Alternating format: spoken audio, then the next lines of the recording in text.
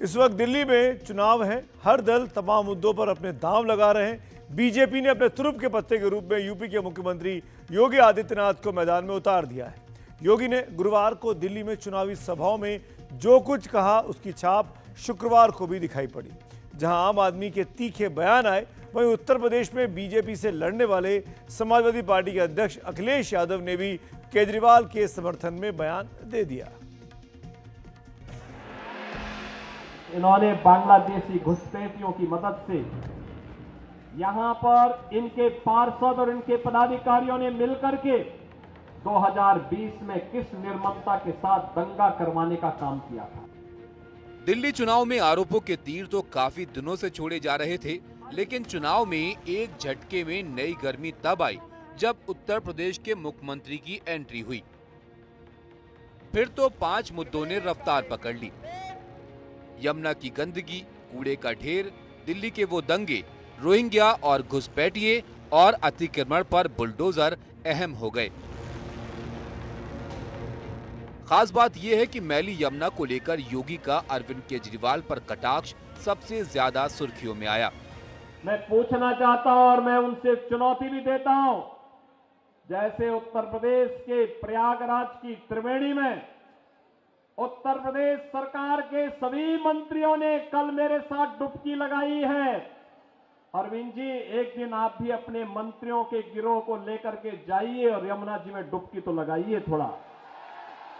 दिल्ली की जनता भी देखेगी कि आपने अपनी विरासत की इस पावन नदी को कहां रख करके छोड़ा। राष्ट्रीय राजधानी है। योगी का ये बयान दिल्ली में यमुना की गंदगी की गंभीरता को बताता है। यूं तो देश में करीब 400 नदियां हैं, लेकिन जिस नदी में फोम ही फोम दिखता है वो यमुना है। इसकी वजह बिना ट्रीटमेंट के गिरने वाला पानी, आंशिक ट्रीटमेंट वाले सीवेज, औद्योगिक कचरा, खेती से जुड़े कूड़े कचरे और गर्मियों में इसका सूख जाना है। आज यमुना का जो हाल है, वही हाल कभी लंदन के टेम्स नदी का भी होता था, लेकिन वहां नेताओं की इच्छा शक्ति ने टेम्स को आज दुनिया की सबसे अच्छी नदियों में ला खड़ा किया, जबकि दिल्ली के नेता बस यमुना को टेम्स बनाने का सब्ज बाग दिखाते रहे। लेकिन योगी आदित्यनाथ ने दिल्ली में यमुना को लेकर आम आदमी पार्टी की नाक दबाई तो उसका मुंह खुला मथुरा पर। योगी आदित्यनाथ जी को यमुना जी में डुबकी लगानी चाहिए मथुरा साइड, या फिर अपस्ट्रीम जाकर पानीपत सोनीपत साइड, और बताना चाहिए कि क्यों सुप्रीम कोर्ट ने हाल ही में कहा कि उत्तर प्रदेश की सरकार ने यमुना को नर्क से बदतर बना दिया है और 60 करोड़ का फाइन लगाया।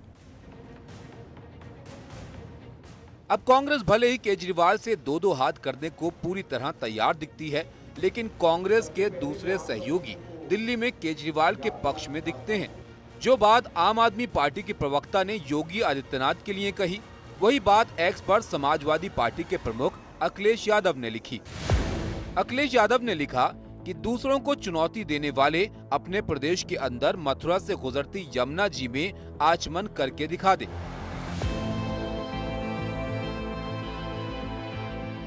इस वक्त प्रयागराज में महाकुंभ चल रहा है। उसकी चर्चा मुख्यमंत्री योगी आदित्यनाथ ने दिल्ली से मिल्कीपुर तक की। केजरीवाल पर योगी आदित्यनाथ ने भी निशाना साधा, लेकिन मथुरा पर नहीं बल्कि महाकुंभ पर। इनकी सहानुभूति कभी किसी गरीब के प्रति नहीं होती है, किसी कमजोर के प्रति नहीं होती है। ये लोग उस हर कार्य का विरोध करते हैं।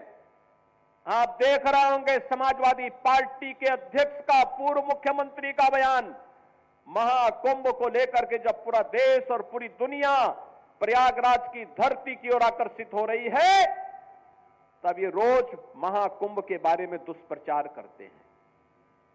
रोज दुष्प्रचार करते हैं, यानी दुष्प्रचार करके भारत की आस्था के साथ खिलवाड़ करते हैं, आपकी आस्था के साथ खिलवाड़ करते हैं।